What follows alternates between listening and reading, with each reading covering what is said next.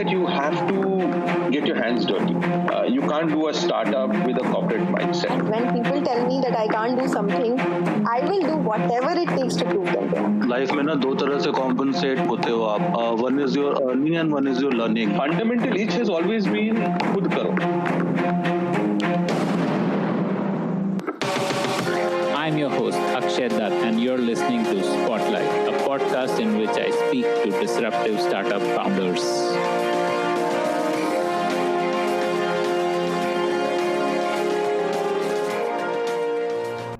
Hi, I'm Mohan. I'm the founder of Global PayEX, my latest venture. In this season of founders taking their companies to IPOs, we have had the privilege of talking to a founder who took one of India's largest IT service companies, Mphasis, to an IPO way back in 1993. Mohan Krishnan, a serial IT entrepreneur with over 3 decades of global experience in building successful businesses, is now on his journey to solve one of the key issues faced by organizations. That's working capital optimization. Backed by JPMorgan, Global PayEX is an AI-driven working capital optimization platform that has been partnering with several leading global and regional banks, serving customers across Fortune 500 companies. Listen to this insightful conversation between Akshay Datt and Mohan Krishnan about what it takes to build a successful venture. So, Mohan, what's your origin story? Like, where were you born, and to what kind of family were you born? Like, what were those early influences on your life? That's what I want to understand. Okay, I'll keep it brief. So we're born in Kerala. My dad used to work for the government in the sales tax. We were a joint family, agricultural on one side, and we were 9 children growing up together in one house. And it was great fun that way. You're still connected with your cousins. I went to school locally. I got, up to my 12th, I went locally. Then I left home in 1976, and I've been out ever since through college and professional life. Long story short, I made it to a lot of banks. In fact, I joined State Bank of India as a professional. I initially joined the agricultural department. Very unique experience. We were in places which were pristine in Kerala, and you're all of barely 21. You're 10 guys reporting to you. Government office, worked in tribal areas, good experience. At the same time, we were appearing for these bank exams. I made it to 4 or 5 banks, SPO, ultimate, including State Bank of India.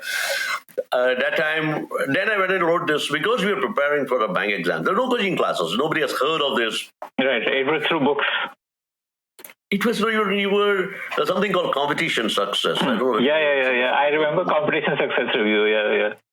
And that is exams you were appearing, considering one of the largest IIM training institutes is run by a batchmate of ours, Vishy, Time. He runs the institute. Okay. So we did a lot of anecdotal stuff, which is very interesting if you look at a life as such. So we went to saw a second show movie in Cochin. There's only center available those days, wrote the exam, made a friend of mine, and we get called for an interview.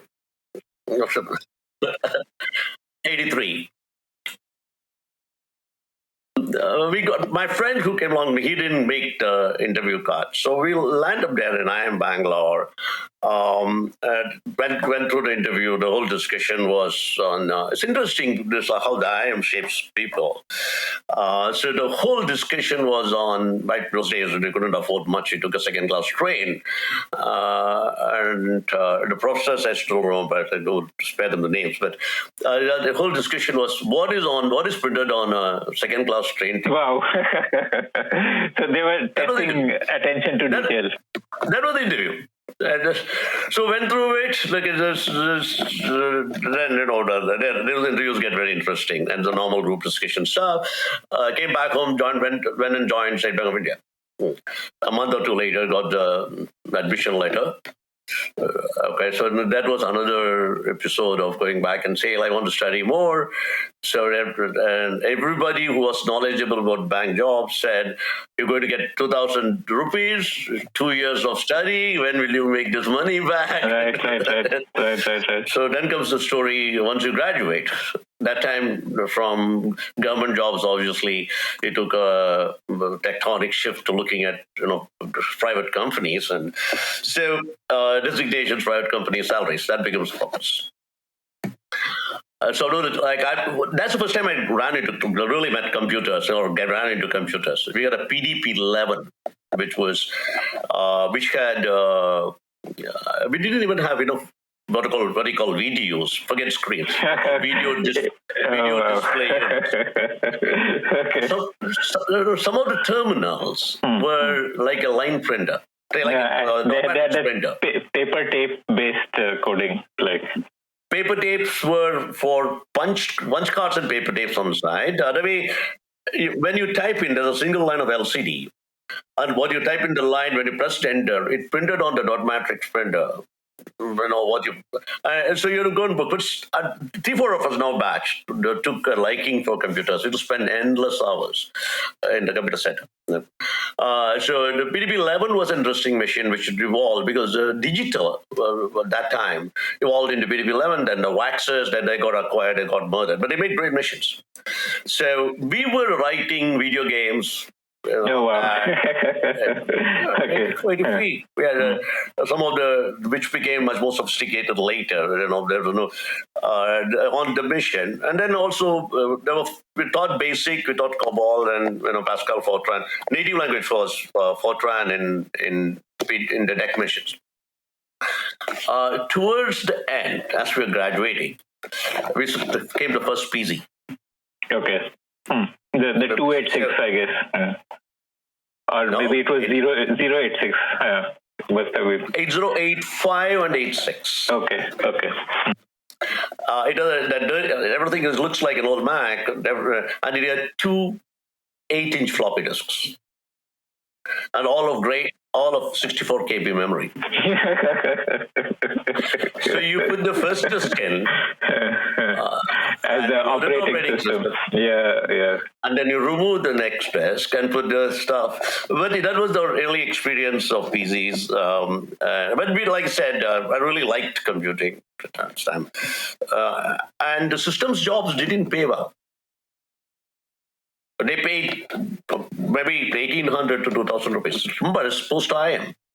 Again, there weren't that many jobs. The recruiters were CMC, which picked up a bunch of them. And so when we were all looking at it, I got a couple of 2 or 3 systems jobs, and then one job in Lintas, advertising, which paid 600 rupees more.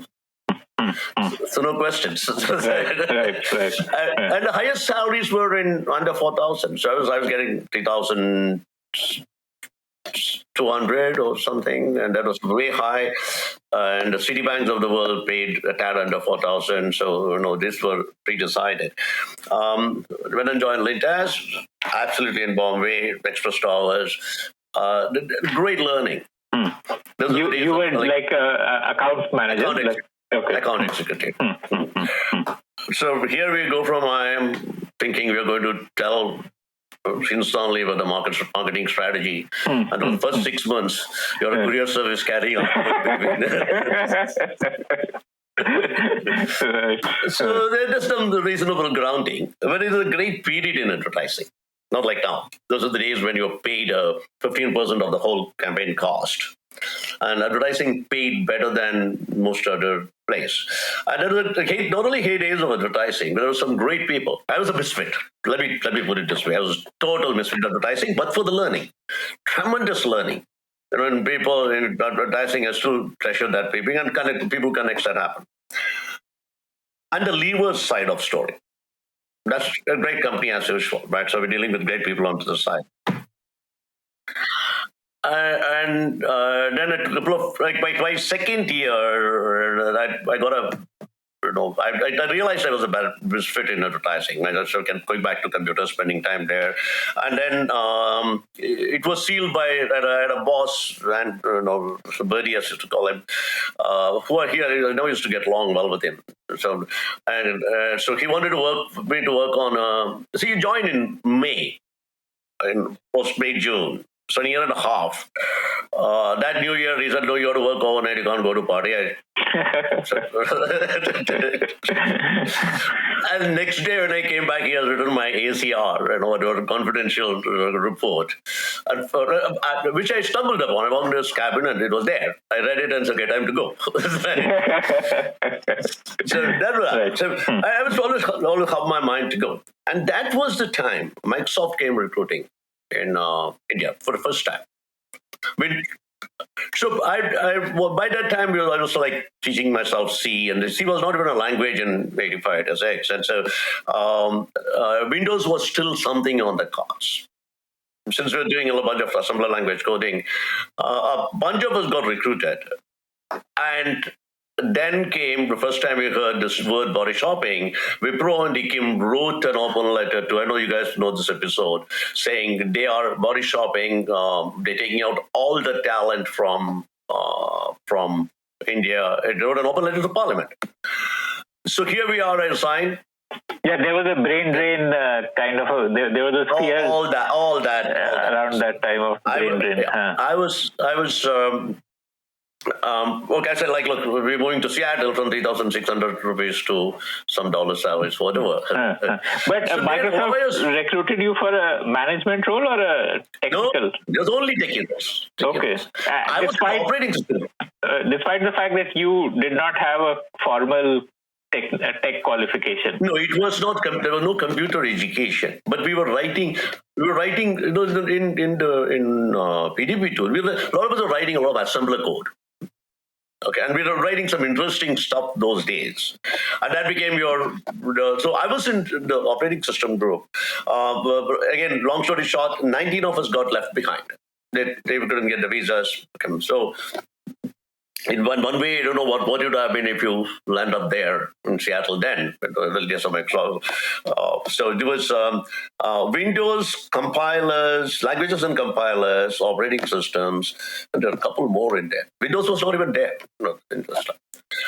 So at the same time, I ran into a friend of mine who was a client in Dallas, who's still a great friend. He lives in Edinburgh and London.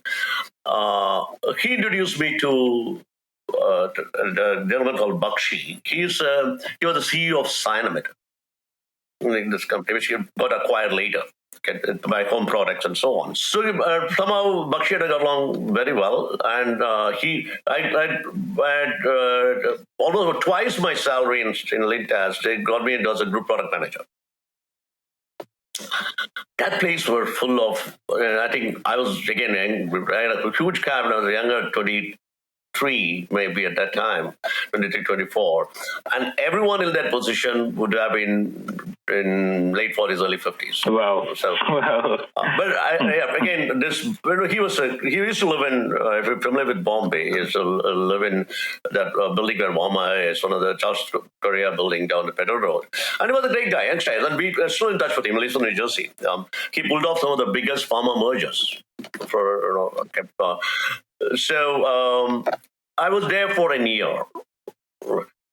Again, great experience. See, we were traveling in India almost 3 weeks a month. Nooks and corners of India. We were selling pesticides. It is some parts of India. We were, because of my agriculture background, just added up. We were called Kidemal.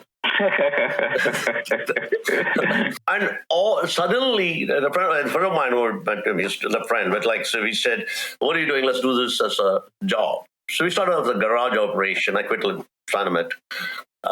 Started a garage operation in Colaba, literally snakes in garage. So it's like another stories. So rapidly, the viruses were coming. PCs were getting prevalent. There's a whole issue for PC security. Which year was this? When you? The viruses started coming in 88, 89. Okay. Like when you quit your job, this was around 88, 89. 88. And I also didn't enjoy the big. This is like large corporates lull you into a different lifestyle. 23, 24, I had a secretary, I was flying all over, I had a company guest house, we were treated very well, and your annual bonuses and stuff.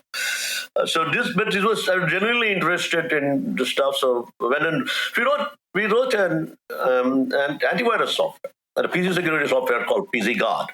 That was called Pyramid Business System. In 89, 90, we were selling about 1 crore. Wow. Like 1 crore was your annual turnover. Imagine, we're looking at jobs which paid 3-4 lakh. And it's all of a 2 or 3 people operation. And virtually every single bank, foreign bank, had our software running out. We were given assignments to go clean up their infected branches, we'll clean up, do their stuff. In fact, they would fly us and put us in nice hotels. And, this was another way of living in the corporate life. It went on, then Windows came in. And we kept improving. There's another software we wrote. I was writing, most of the writing, $simple code. They called PC Guard. This was before Novell. Novell came in 93. Local area networks came in 93. And which allowed you to access to what in the software, etc. And then that was against going sell. In fact, the old timers in foreign banks, that gave us connects into the foreign banks and help later in life. So Citibank, Standard, you named them, ANZ, every single one of them, every desktop ran that software. But by 91, 93, the Novell, the local area networks coming in, that made this kind of a redundant. So the other thing that happened during that period, if you look at the PC's evolution, Windows would release a version, anything you wrote. Then you can write a product. This was before, as an antivirus software, before PC, what's called Norton, and they were not even the picture. So if you're instead writing this in California, it would have been a different story. But in India, writing products, I would say not many people yet been successful in product stories, right?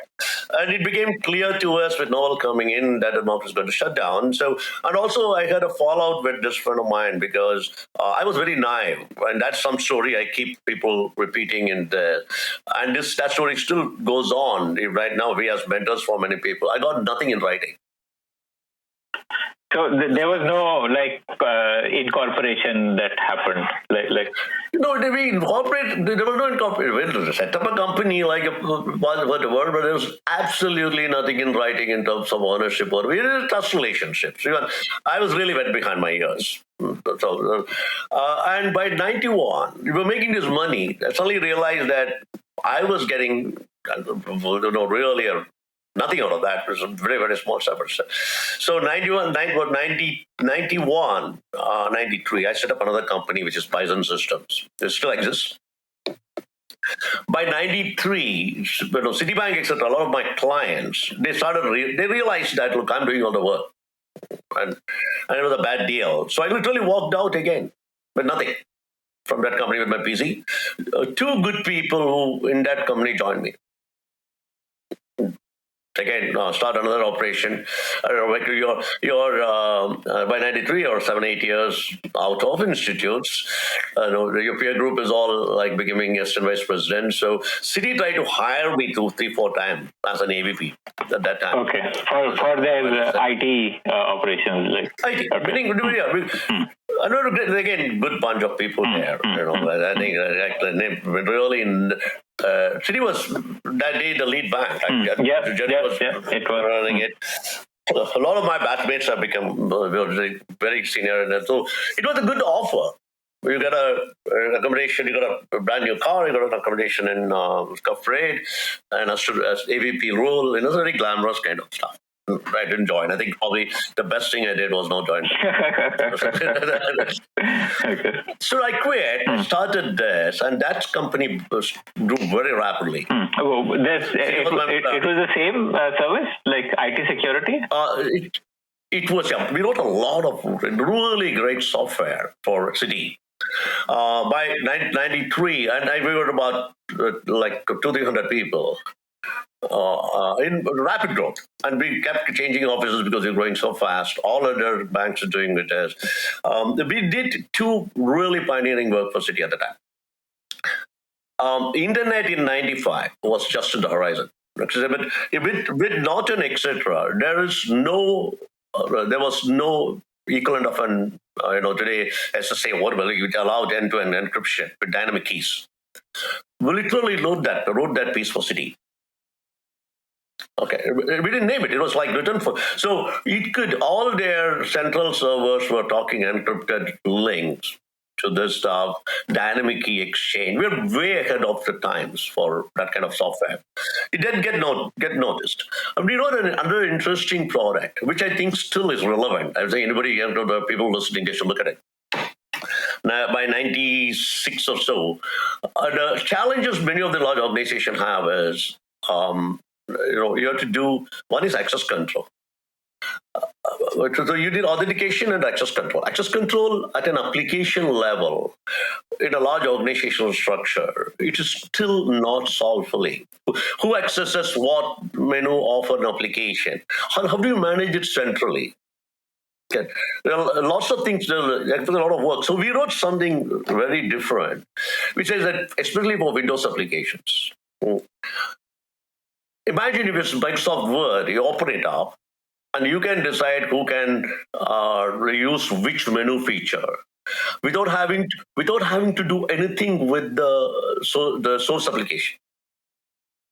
It will layer down, so we can enable, say open, but they can't save. And this we could do for any application. Imagine, so the convenience of it is the developers did not worry about those applications. There was no interface, etc. It worked at operating system level. All it needed to do was a shell. So at that time, I was traveling to the US because some friends of mine. Platinum Technologies was a company focused on securities. So I had no experience in US market. So a friend of mine said, why don't you call the CEO? So I was in Chicago, picked up the phone and called. Left a voicemail. 5 minutes later, we got a call back from. Okay, so there what happened was, again, is never. So they were willing to buy this stuff. Okay. Like the IP or the company? Like the IP, the product, as a product. It was relevant at that time. But when he came back, I had two offers. So one, Indo-Ocean Chase brought in Suresh Kalamati. He was not Kalamati, I'm sorry. He was an ex-CHP guy. He was starting a company. And there was an offer to sell this whole thing to them for 25 crores or something, big money at those times. The other was Platinum. And the person who threw the spanner in the works for Citi, something felt right about it. There's a kind of transparency and stuff. And so I came back, moved. We had about 50 people, 45 and myself, from Bison to start Mphasis. Mphasis started in my office. And we took another office, and so we were being Dutch. We brought somebody, Jerry's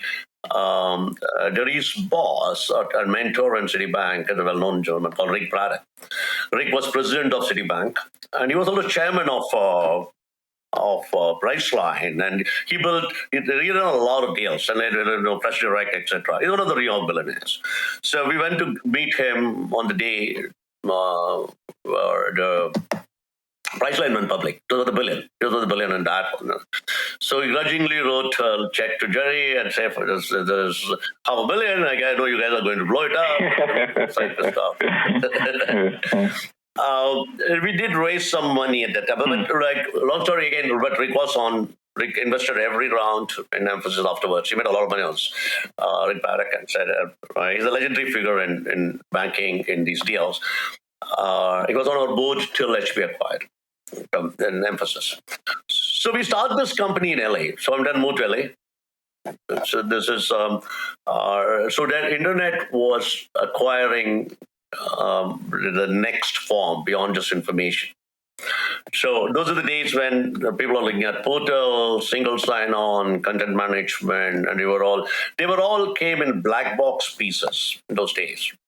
So we put out an architecture which broke it out into, and interestingly, all subsequent products followed those demarcations and fell into content management. Even today, portal products and content management and single sign-on, they all came into that, and those messaging interfaces. And so, again, Mphasis, great story. A lot of great City bankers because of Jerry, left their jobs, senior guys.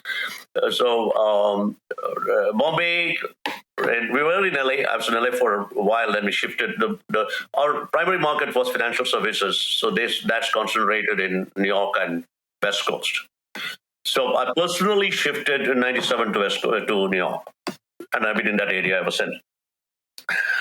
Okay, so Mphasis grew rapidly. Heydays of we want to know about bubbles, the internet bubble. Companies were getting into not exactly a match today, multiplied by X, whatever, unicorns as you call. So, but a whole breed of internet companies were really taking up. So we were growing. We were in '98 we were doing probably 30 million plus revenues by this one. We nailed some big names like JPMorgan. And 3-4 years I used to sit in JPMorgan in New York Plaza. And once. So you were like the CTO at. Jerry was the CEO chairman. Arun ran the marketing. And I was doing the technology. Hilarious. And so Mphasis got a break. So this is, again, details the history. In Indian IT companies, since you asked, only TCS existed. Mphasis had always starting at that time when that got momentum because of Y2K. Okay, so 89, 90, Y2K started. The ERP companies, SAP, BAN, all of them were forming on one side. Indian companies rewriting COBOL code into make it Y2K, which kind of fizzled. That didn't stop returning whatever stuff and that. So, and as Y2K, because the companies were trying to prepare for that for about 4 or 5 years because they did 3 years testing. As Y2K ended, internet came. Right. Okay. And in '95, I still remember the only place internet server they had was in NCST in Bombay, and we used to write those modems to go connect, the BP. Yeah. Stuff. The dial-up. The dial-up modems, and with the glorious bandwidth you get. But it was a revelation that hello world, that go to the server and come say that was a revelation. So the static websites were evolving. Transactions were not yet happening at the scale it should have. So internet has 3 or 4 phases that way. The initial information phase when the transaction got in, the fundamental architecture changed, the mobile. So if you go through that, you'll find distinct phases of internet evolution. When I'm linking up those, so this momentum happened when Y2K ended, internet started. And Indian companies, nobody built a product. The only product TCS tried to build was called EXL, which was an accounting software. Fanfare launched, didn't go anywhere. What QuickBooks today could have been EXL? And there was no product stories in there. So Mphasis, in fact, Cittal, that time, Cittal and Causal, if you remember, they were trying to write the current. Mphasis was writing FlexCube is Cittal, and the other one was Mphasis, a product, banking product. They were writing Pinnacle. So Sharath Hegde was chief architect. It was like a time when you grew up, everybody knew everyone. We wrote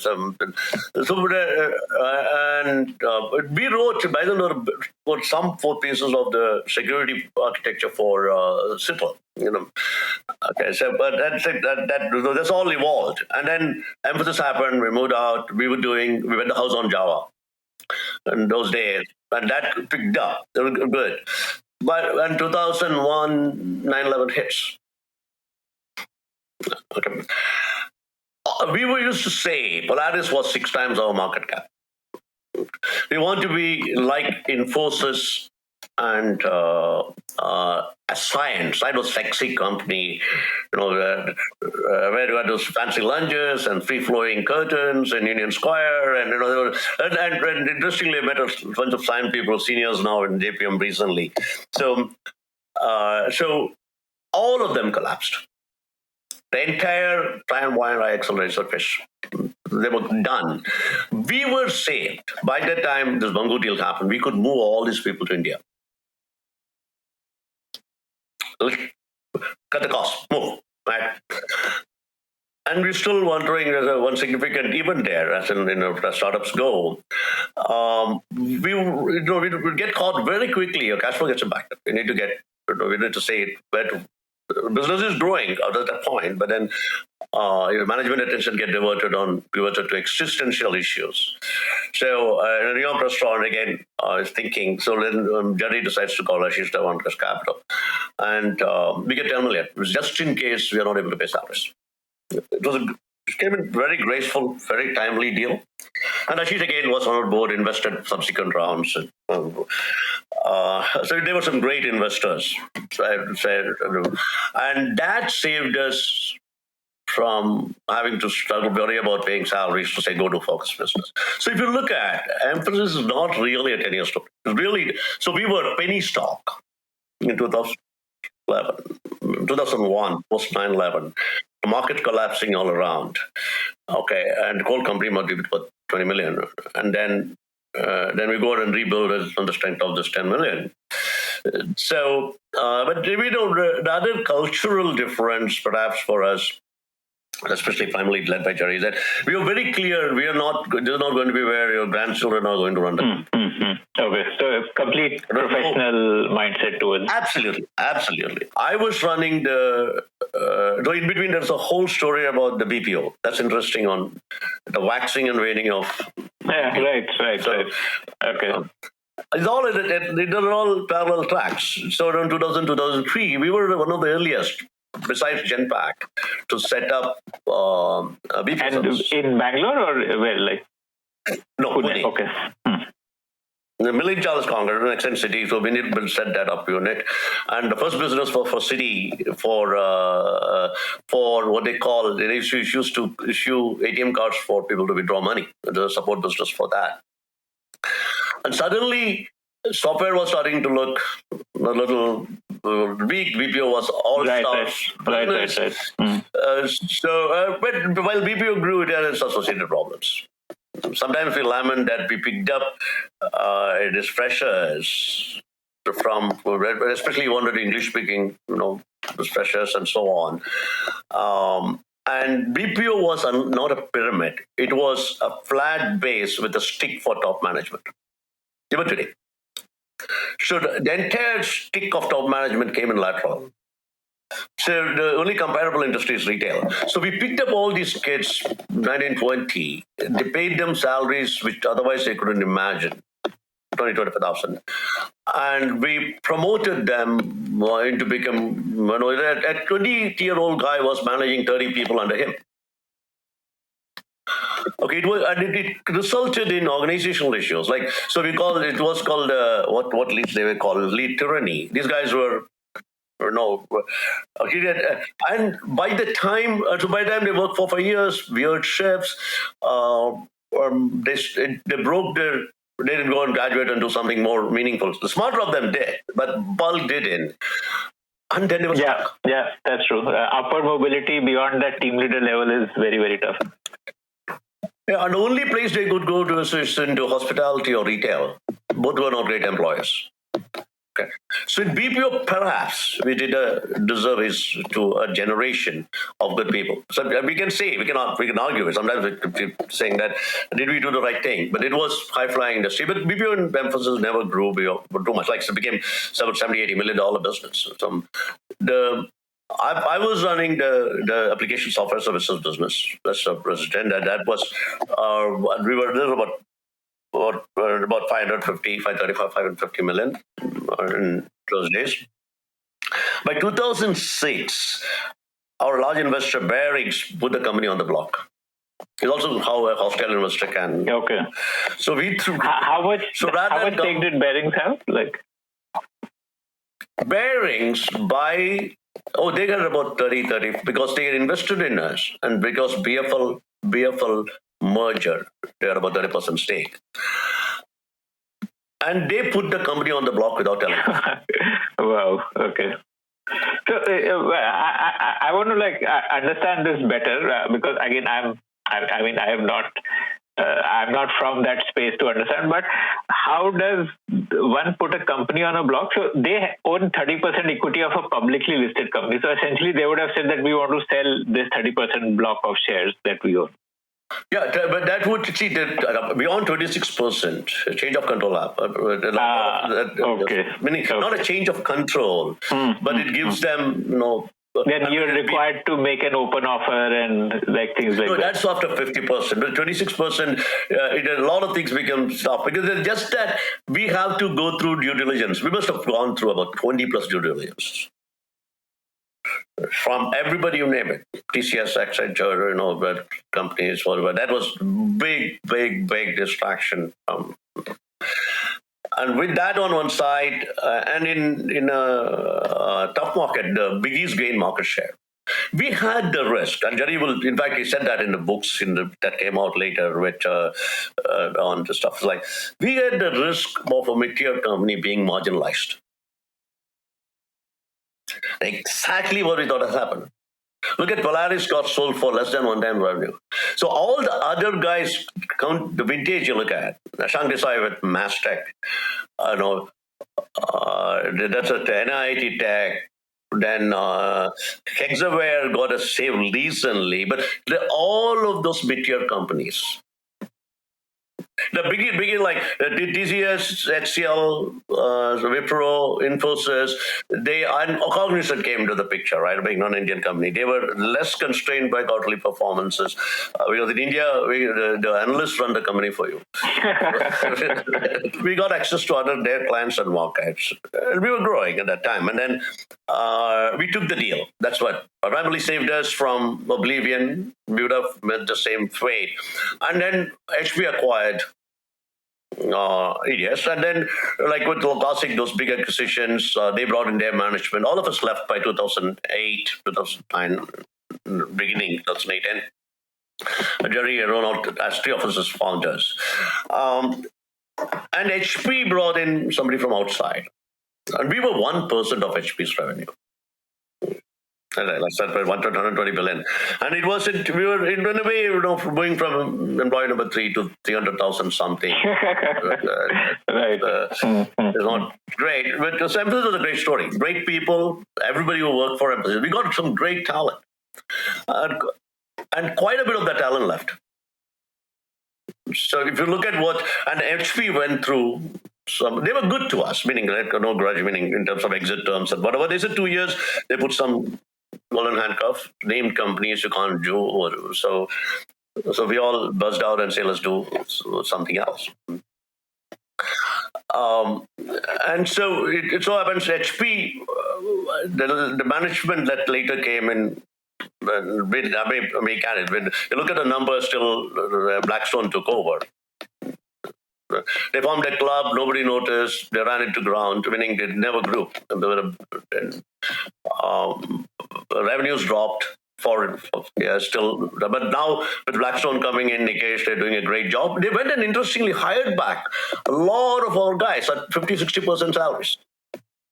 The entire technical senior team, they went name by name, hunted them down to join, and they're starting to show in the results. So we're quite proud of this guy, and all of them are in touch because we're a very close knit Mphasis. Right. Still the group meets, they exchange notes, gossip, whatever stuff happens. It's a great place to hire. Go and say, recommend that, which I'm now writing on to some extent with the new company. So Mphasis story ended, and post left to 9 Jerry had wanted to start this value housing business, which he runs today as chairman, the Value-Based Housing Corporation, low-cost housing stuff. And we were in 2011, let's be precise, 2 years, we were a lot of, 10, 11, was the mobiles were getting in India big time. I was supposed to have joined Jerry, but I have friends in the construction industry, so waited for 6 months. I wriggled out of it. Let me put it right. A decision late with hindsight. Right. So mobiles were happening in India, and mobile wallets were Kenya experiment with Mphasis. Right. Yeah. The Vodafone experiment. Vodafone was looking at that. Right. 5 mobile companies at that time. It became apparent to us in the sense, think about, you understand the credit card business, right? Okay, if let's say, for example, if every issuer becomes an acquirer, you have to go to each shop and say, do you accept Citibank card, you accept now you say that networks largely mitigated that problem by saying they accept a Master or a Visa or an Amex. We could do that. So it was clear to us that fairly early. So here's an opportunity. If you really want to take the mobile wallets by these guys to take off. Kenya was a different case study or case to order. You need a mobile interchange. You need somebody else to build this interchange, like a network for it. So we got four of the mobile companies, Airtel, Idea, and obviously Vodafone, and we got 4 Indian banks. It was clear at that time the signs of murmur about this RuPay card and these networks making too much money. So RBI may not give us permission to bring a foreign bank to be a part of this network, so largely concentrated on Indian bank. So we had 4 large banks. SBI was sitting on the fence. So we got this idea to bring them together. So that's when we incorporated Global PayEX. So if you look at the history, it was incorporated then, and it took some time. It went through some pivots. So when it got these guys together, and MasterCard was very keen because their way of participating in the network, it was equivalent of participating in the current RuPay network.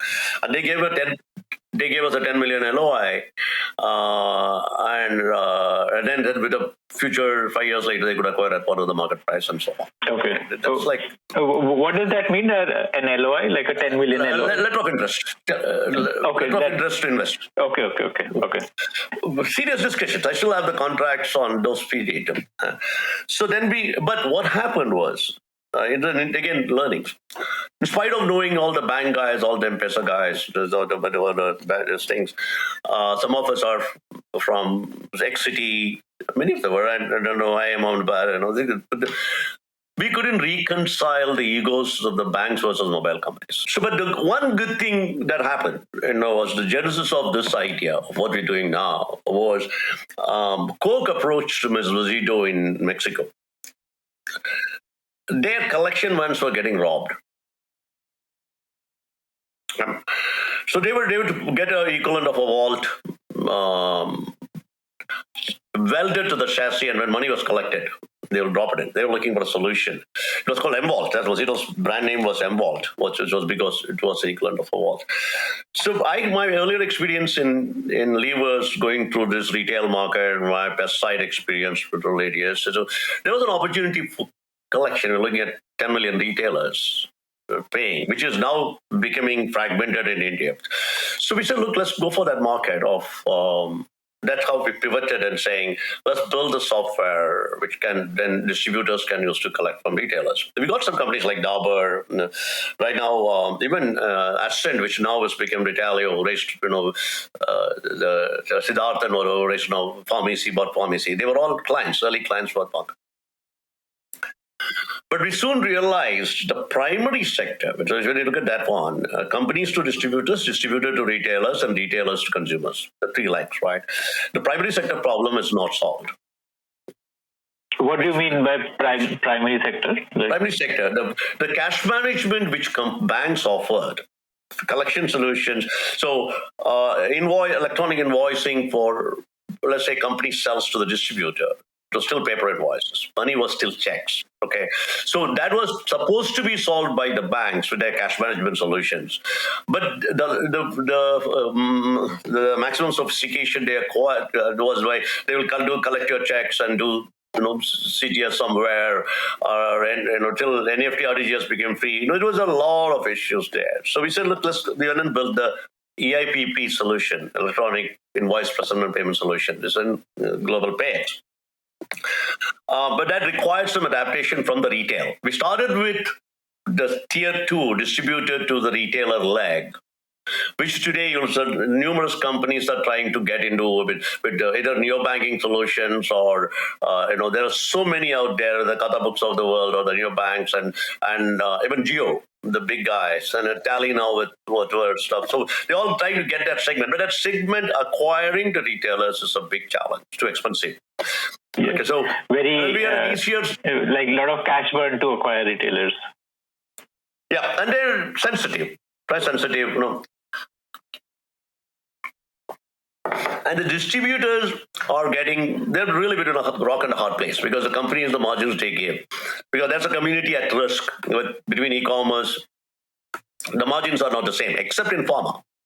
In FMCG, etc., the margins are in lower single digits to upper single digits. But pharma is 23-25%. That's why a pharmacy, all those distribution model works. So why is that? Why hasn't pharma margins faced pressure? Is it because of regulation? Pharma, the distributor to the retailer has a huge margin. So, and even there they do brand substitution, etc. If you go that prescription, they'll tell you something which is, and if you look, the 18, 23, 25% is norm in pharma. And to a point, many of them don't even return expired goods, etc. The nature of the industry and the beast. I guess it's because the pharma brands can't advertise themselves. So, like the customer asking by name may not be that. Multiple reasons into that. In fact, the pharma distributor lobby is a very, very strong lobby. No company today, they can shut a company out of the market. That's why, and the companies have no visibility to secondary sales, except from the retail level, because all controlled by distributors. That's a story in itself. If you do the dig around, you'll find it. So we wrote this software, and we started getting that. I think around 2014-15 when we did this pivot to start focusing on the companies, and we started getting some decent brand names. We got the first one to sign up was VGuard. And our model was like, we take care of everything. Pick up your invoices from the ERP, deliver it to them. And we tied up with the banks for processing, throughput processing. So today, most Indian banks partner with us, at least all the private and foreign banks. And it was an end-to-end solution. But we also built, it was like if you get closer into, EAPP can be very simple, like a bill pay, which Airtel Money, all of them. In fact, banks in India have been slow. I've been screaming at top of minds, you guys are, like fintechs are taking your breakfast, lunch, and so on. Yep. They lost the entire bill payment stuff to fintechs, primarily because they would bury bill payment in menu level 6. They want to show savings bank balance, right? So, at the moment UPI so they were also very clear, and then some of my banking friends read it right, said the wallets are not going to work. So interestingly, once these guys backed out, so the banks and Paytm came in rode the demonetization wave, took it. And like they grew. I don't want to get into the ethics and what they did, but really they walked away from done. Mphasis was done. Airtel Money was done. Airtel Money has a glorious 230 dealers in Bombay. Of which 2 booksellers, some recharge shops. Okay, they literally, between the banks and the mobile companies, they literally screwed up that opportunity. Sorry to use the word. Yeah. So, and Airtel Money, etc., grew on the back of bill payment, not on P2P transfers. And the moment UPI came, we were clear wallets have no room to survive because account-to-account transfers will keep in. And imagine the counterparty risk of all this money stuck in the wallets, exactly like mobile companies in prepaid cards. When they sink, customer money is wiped out. Okay. what we predicted happened. Today, UPI is all from account to account. Right. Yeah. So the government made RTGS and EFT free. So they all had to get bank account to bank account. So wallets died. Wallets are dying. Nobody's transferring money into Absolutely. wallets. Yeah. So this is a good for us. This is a good for consumers in here. Account then infrastructure, but the real challenge is that there's no money in transactions in India. Yeah. So people have to look at other ways. So on the corporate side, we wind up charging per transaction or percentage basis points of the value of the money we move because of the added services. They can't really charge for RTGS and EFT or whatever, and banks being still a float economy. So that's a business model here. So when we started getting a whole bunch of large brand names in here. We got what you're offering is not a pure tech solution, but it's a managed service where technology is at the back end of it, right? Like, it's really a transaction services solution. You see, look at it. There are three pieces in it. That's why our current positioning is working capital. You have three elements where you need working capital for. One, for buying the raw material or people or services on it. That's your supply side of working capital. Two, you have to invest money in manufacturing, building, whatever those stuff. It's the second piece. The third is money stuck in receivables, which is like we have to fund till you pay through this. It is a continuum, really. It's not three different problems. So for companies struggle for working capital because one or the other is. So if you look at the DSOs, days outstanding for many of the companies, even in Europe, it's 60, 70, 80 days. And in turn, you pay your vendors late. And in India, it could be even 6 months. No, you can't. There's no way of imposing a penalty on a large Maruti or whoever's for paying late, right? So, and then intermediate was also we are not into inventory optimization and or right time to order and all that stuff. That's all the ERP domain, which is SAP is supposed to do. But there is a gap between where the ERPs leave and where the banks step in. All the process flows from the company to either to their payer, to their buyers, or to their sellers. It's left open. That's why in CRM, the only real SaaS company at that time, Salesforce took over, was not addressed by the ERPs, nor was it addressed by anybody else. No? And that is not integral to the company's processes, CRM, etc. So we said, look, there is optimization. If you cut the DSOs by 7, let's look at this way. Let's say 3,000-4,000 crore company, that's typically our profile. If you cut the DSO by, say, 10 days, that straight drops into the working capital, into your EBITDA. How do you make, and these are disjointed processes. Banks will not go and solve this problem for the client.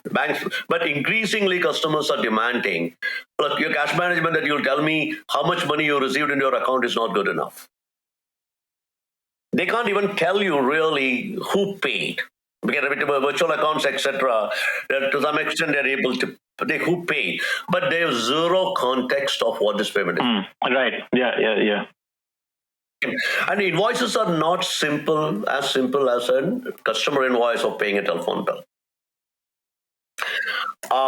You have invoices, you have so many SKUs. Because you have goods return, you have adjustments, you have multi-dimensional discounts, not just early payment. You get a product volume discount, which depot you order from. That's the nature of corporate, these dealership transactions.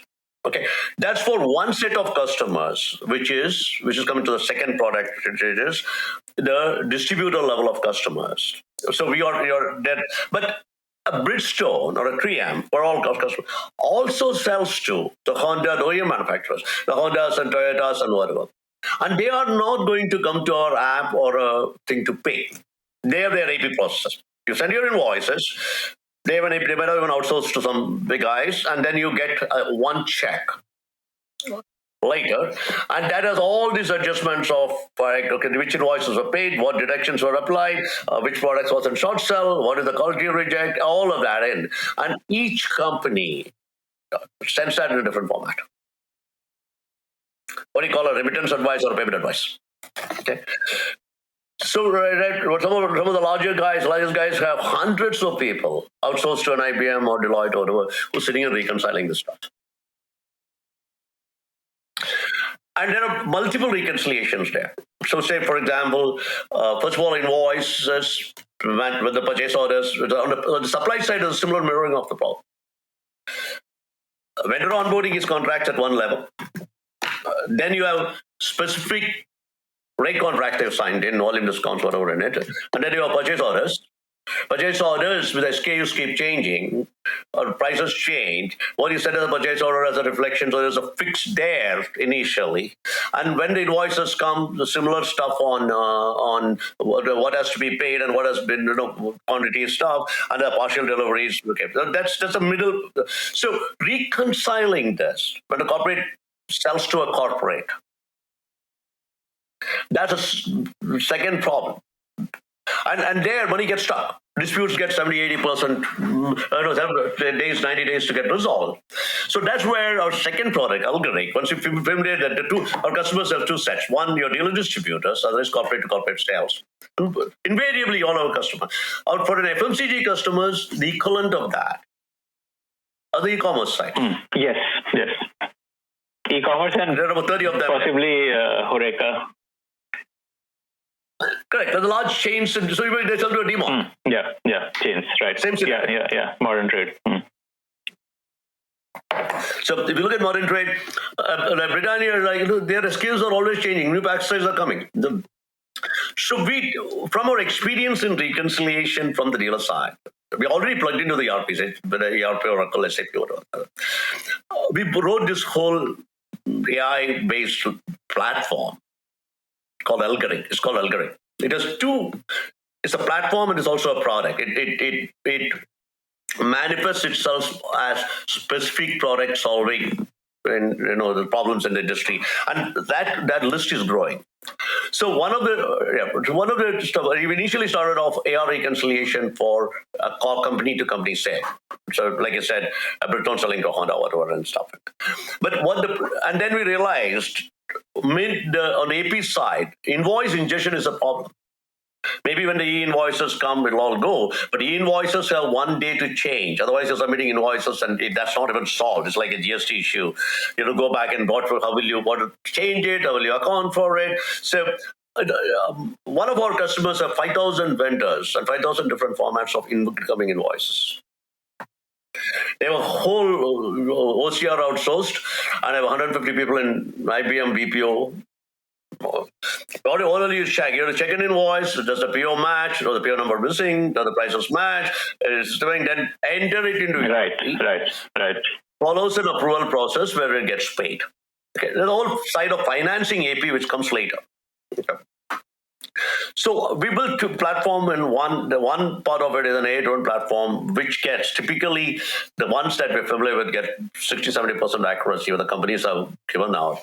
In 3 months, we are pushing upwards of 85, and with established clients, we're like close to 90%. That's getting what's first of all contextual extraction of data, validating the data, and getting it up.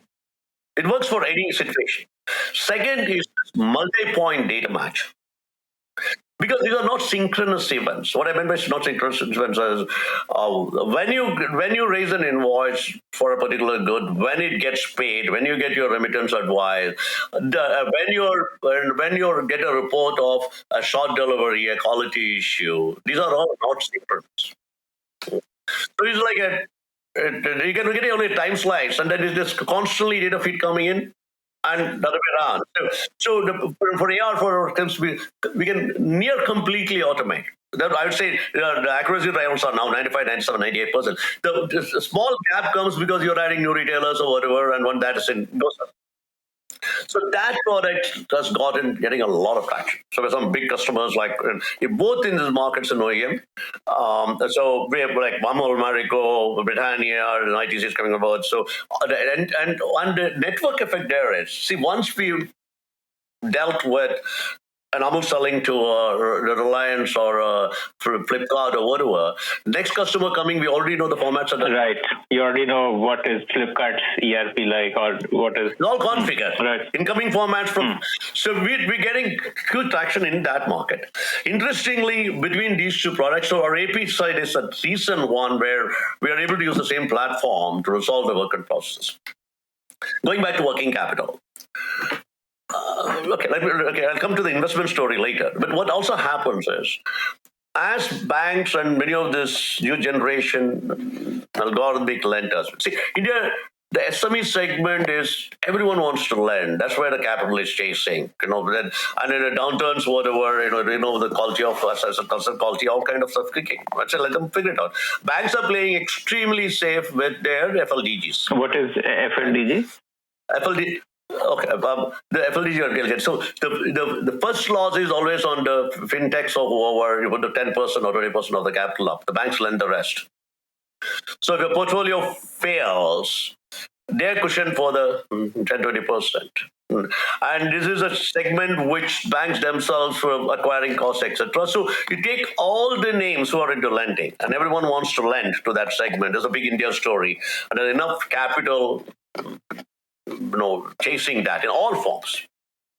Whether you take credit story, Kata book story, or everybody's monetization, that I love the data. Yes, absolutely. Yeah, lending is the monetization. So some of us are, we have too many scars in that field. So we'll wait and see. Lending is a different business. You burn out, but a small percentage can screw up. Yeah, I mean, so lending is easy, recovering is tough. Obviously, so and with our COVID, etc., it's gone through cycles. So, and I think being in the network, being friends in banking, I really worry about the performances or the outcomes of some of the lending companies, especially SME lenders. Good things, the eKYC, but one say paradigm shift is, India's market is slowly starting to accept from a collateralized lending with the banks did to a cash flow-based lending.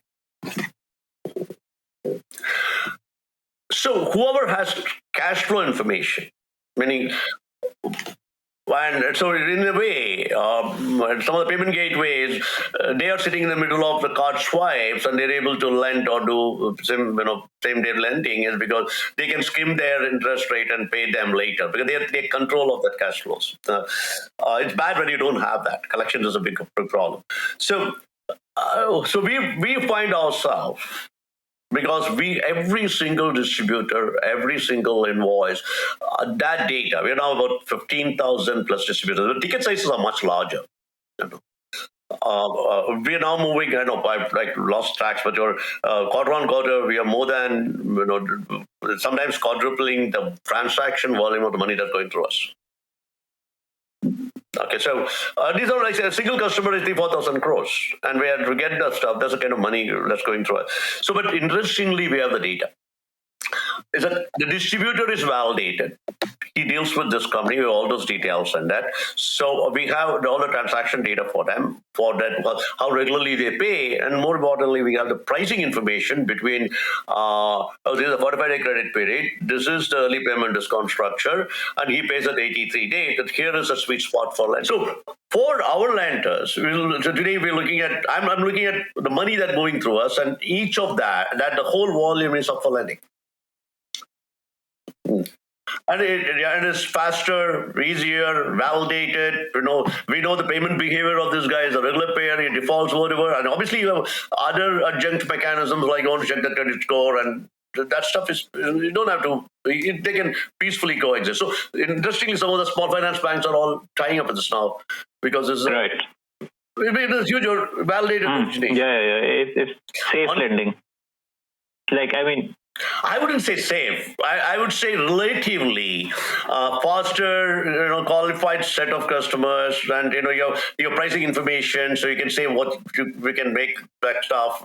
That's it is. It is barring external events. You are working with let's say rather a known entity than an unknown. What you want. Yeah. Right. But India, that way, repayment behavior is very strange. I still remember Jerry telling us that in Bihar, for instance, every borrower of a bank loan repaid because this is sat across with the bank manager under personal contact, but they won't pay credit card bills because it's impersonal. Okay. Okay.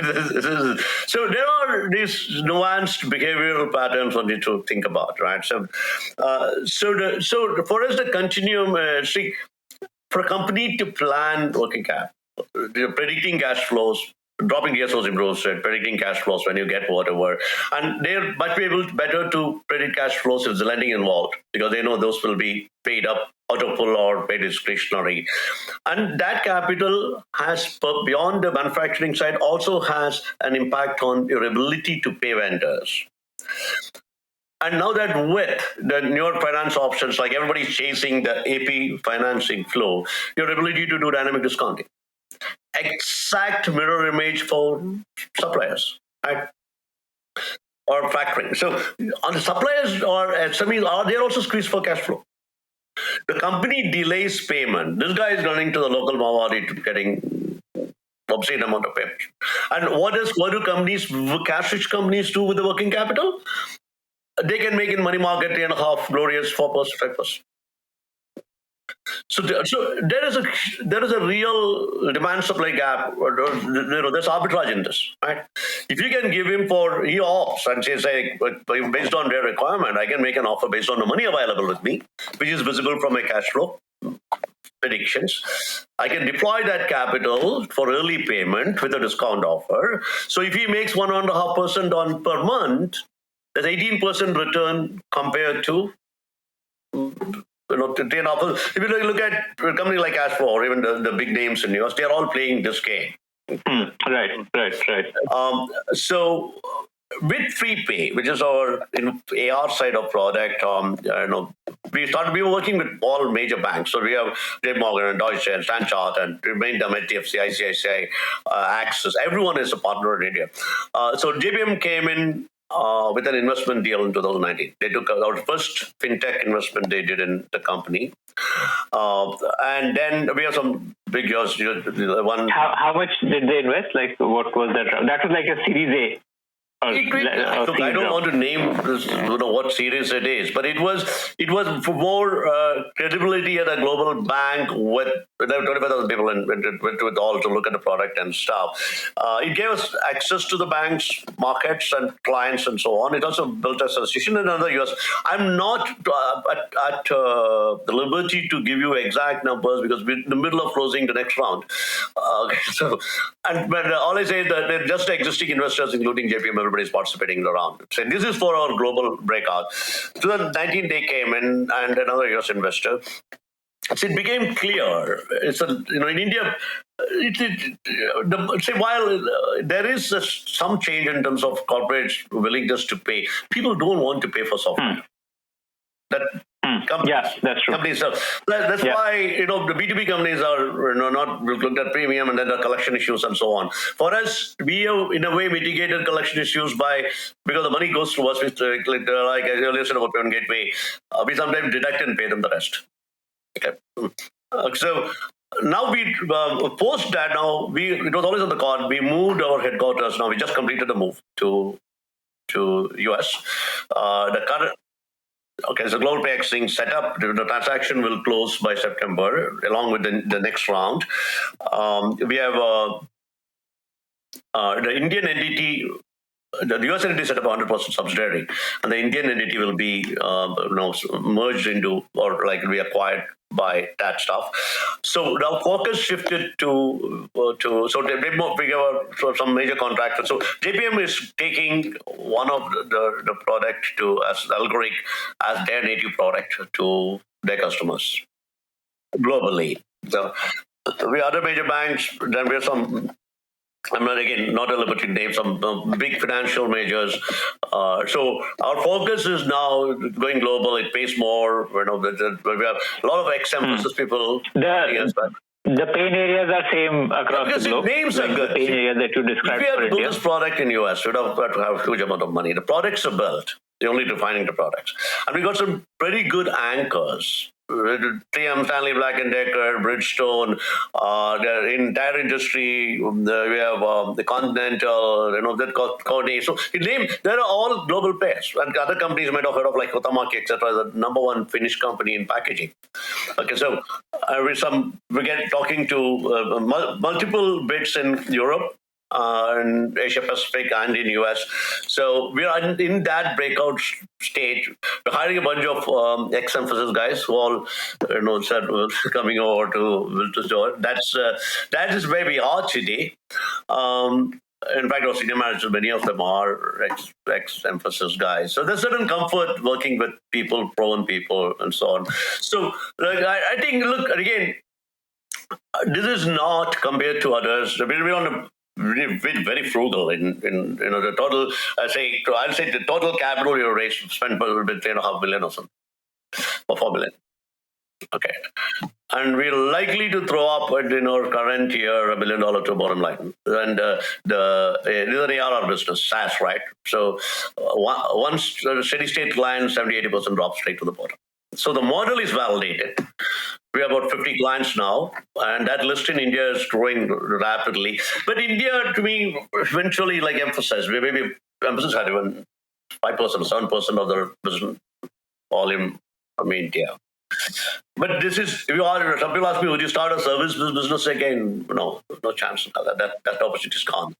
Would you start a pure product business as software?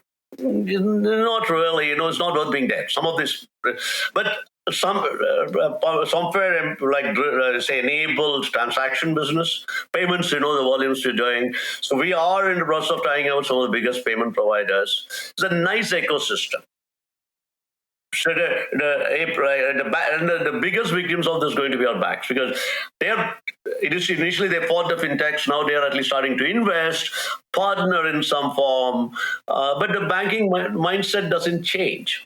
So the neobanks or whatever they say, they pay-driven banking, like in Europe, the moment that comes in, this landscape could shift dramatically. Would we want to lend? See, we could get easy mileage if we say we're also starting to lend. But we're being very careful with that. Lending from our books versus it could go two ways. But if we can use this platform to lend, there's enough spread there. We may make a little less money, but lesser associated risk of folding. And we are not at all in a competition to burn money. So it's still a little old-fashioned. Okay, so the real profit lines and whatever. That's the focus. So it's a little different from how much your market cap is to because in all those cases, again, I was talking to some very senior banking friends who made a lot of money in this. In the IPO spree, either through some of them are like where they call it SPACs in US or in the one. So you see, this risk-free money for them. Why wouldn't they do it?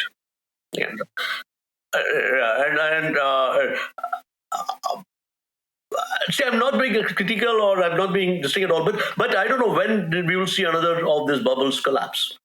That's my one worry.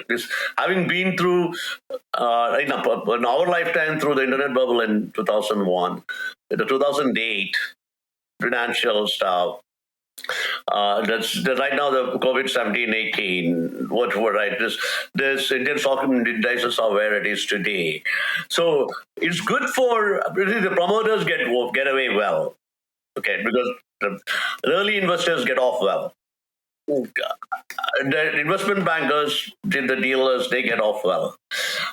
And you the last guy to hold the pillow. Let's see how it's going to. You are no longer targeting retailers. No, we did do it. We're doing it differently. You said there are banks with a lot of that class customers.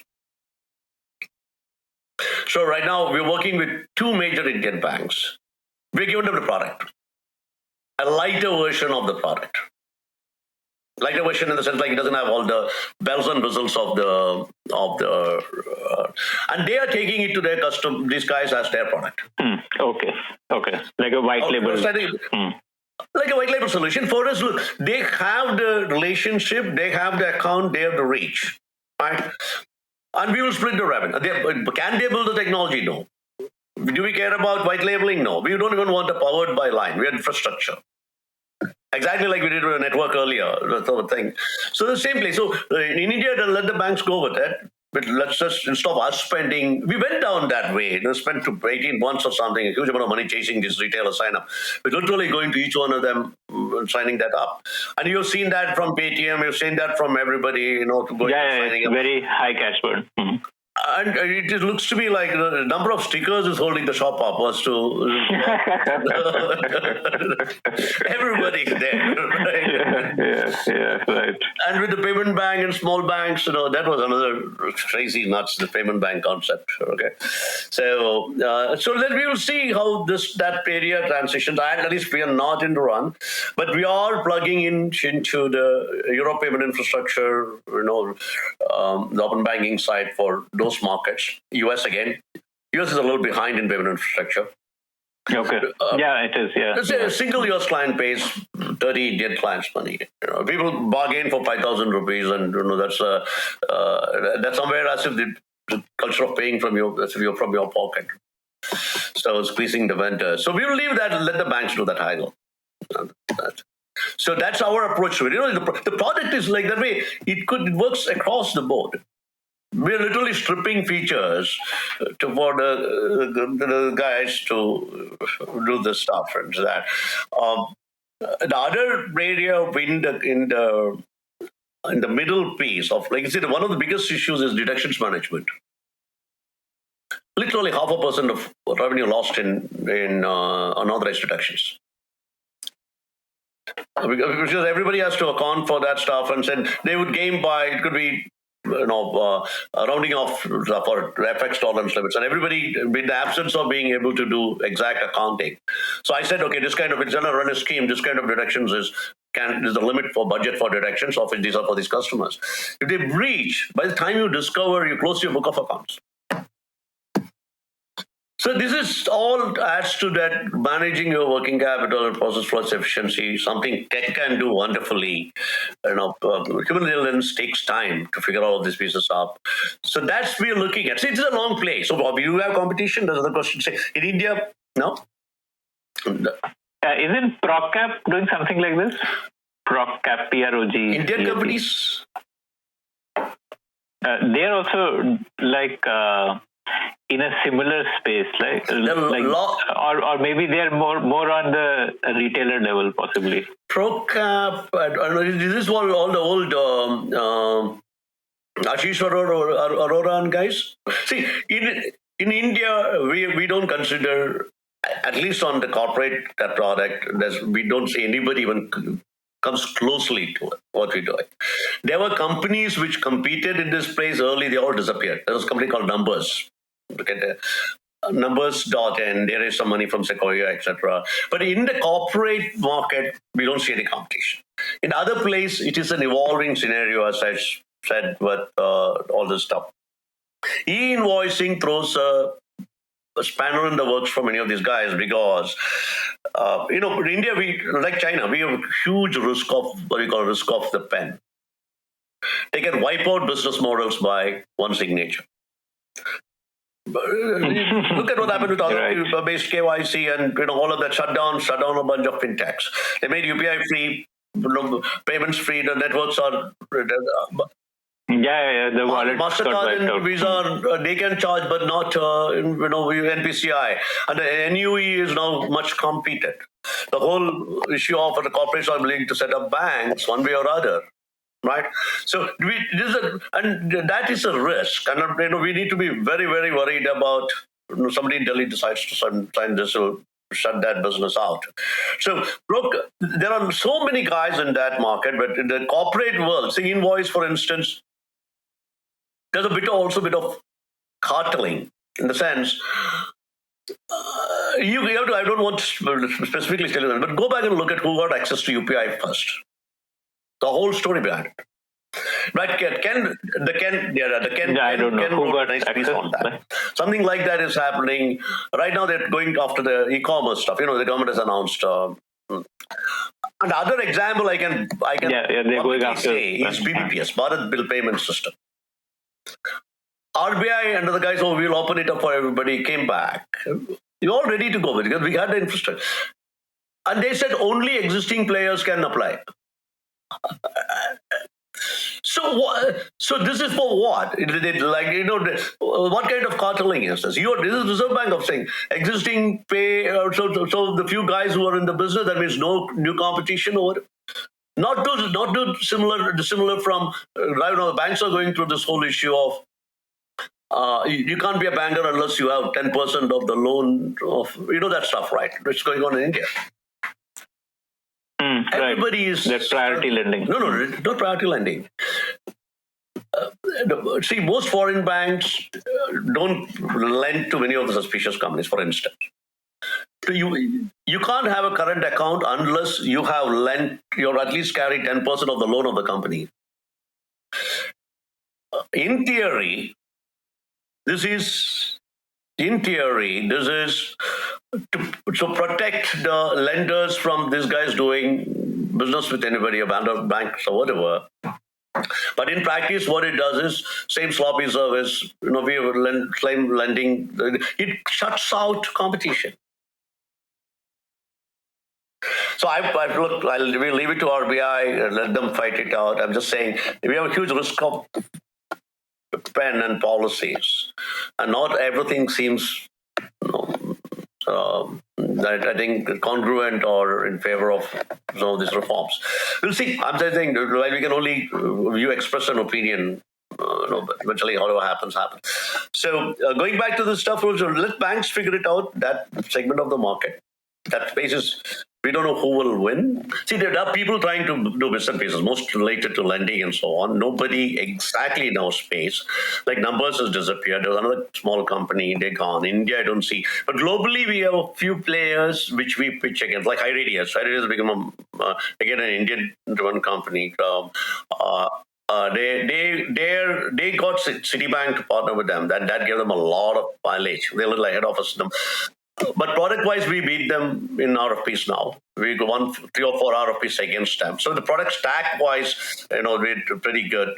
There are other very narrow-focused players who focus on the AP lending, because that's an old product, like Talia with JPM. Spend 100 million or whatever. The guys in C2F4 in US on the AP side.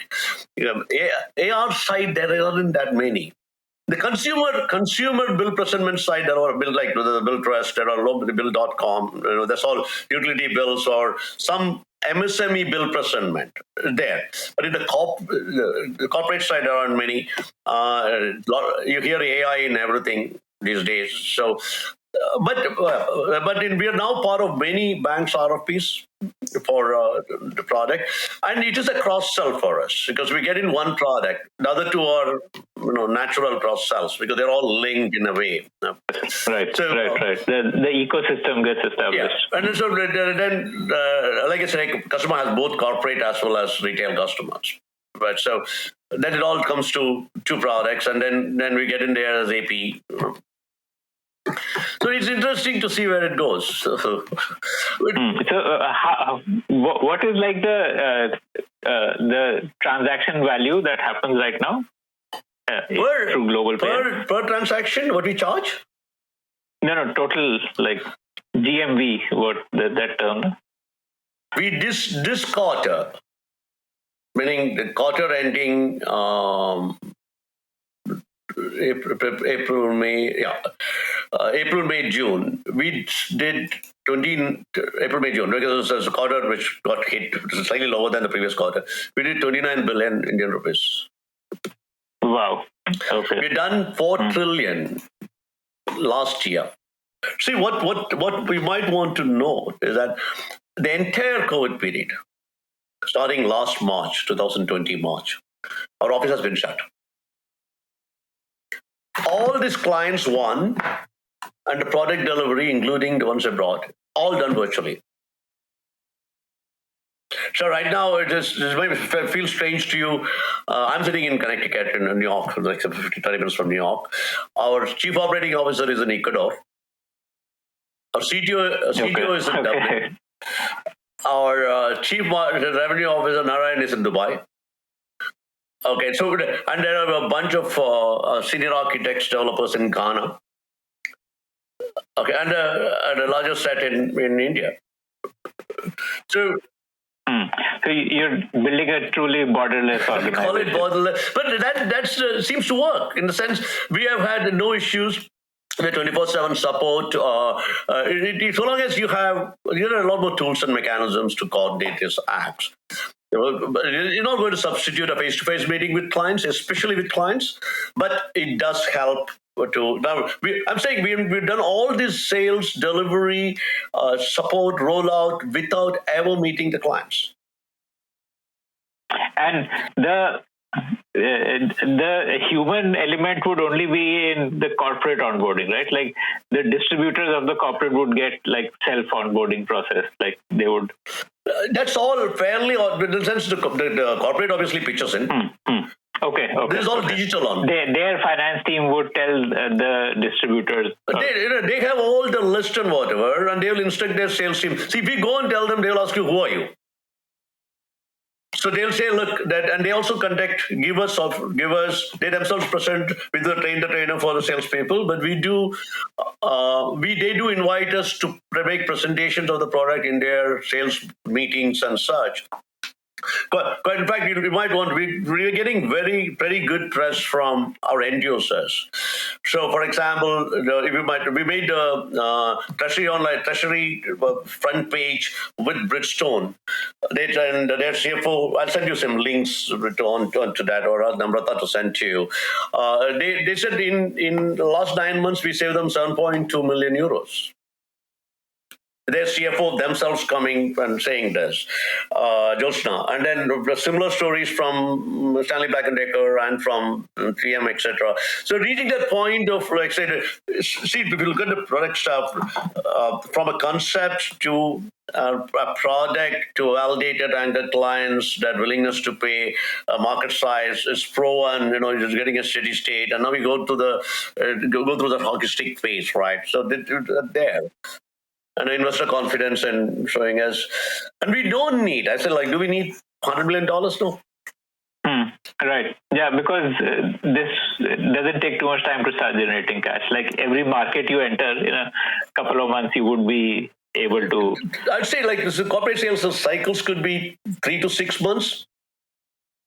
But I'll say Algoric is a solution where we don't need anyone. I mean, there's no onboarding. Data with the corporate and data is with the bank. And all they need to is set up a pipe to pump the data. Right? So we got some Gulf clients which have gone live. The US client, the big one is one of them is going live in October. And the second product is going live, we are just past the holiday week, early 1st January, or we're pushing for before that. So and it is really a SaaS play. Right. Yeah. By when do you think you will cross like $1 billion valuation, like become a unicorn? We don't need to get there. Right? So yeah, I know. I should tell you what the say is. Look, we can play that valuation game. People will give you any amount of, not only the money, any amount of valuation, but the terms are written in such a way the founders are left with nothing. That's a story, but I wouldn't even look at many of the term sheets the way they want to do it, right? And two, we are able to fund it. I look the first round still investor Jerry Arun and I funded this whole organization. So there's an amount of organic funding available. We will start throwing cash up, which we can. So in fact, one of our investors told us, "Look, you shouldn't exit. You should just give huge dividends to all your investors, okay, and make this an annuity business."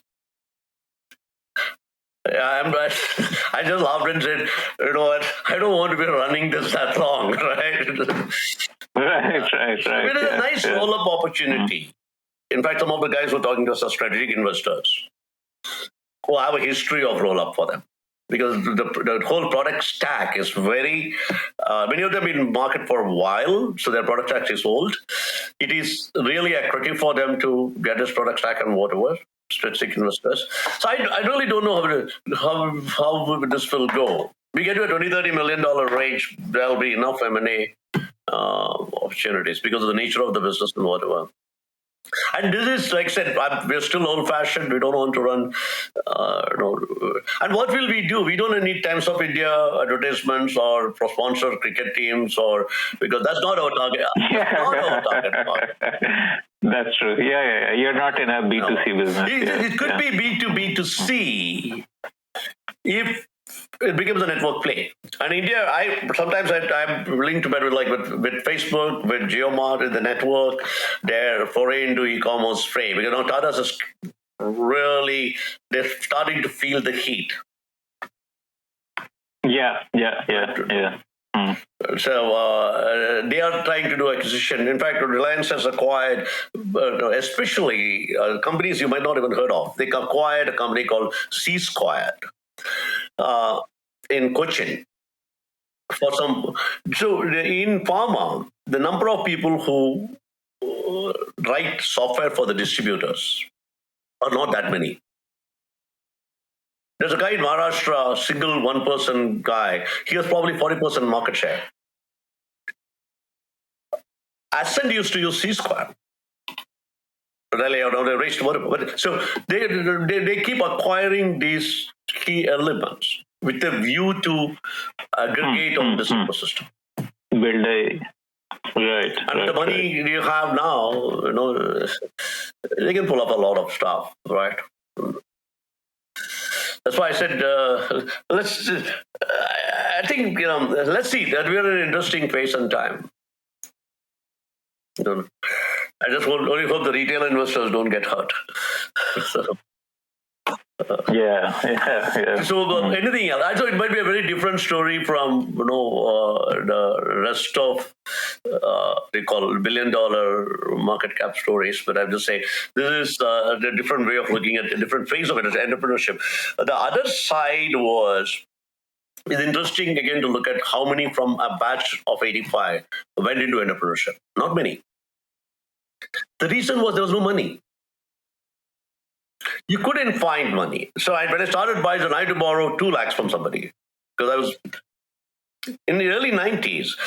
I still remember joking in the early 90s that the new batches were getting higher salaries than what our batch in 85 was getting in 90s. So let's go and reapply, right? That's not the scenario now. They're all changed. So there are a lot of conducive elements. Just the ecosystem need to work. This was The Spotlight, presented by The Podium.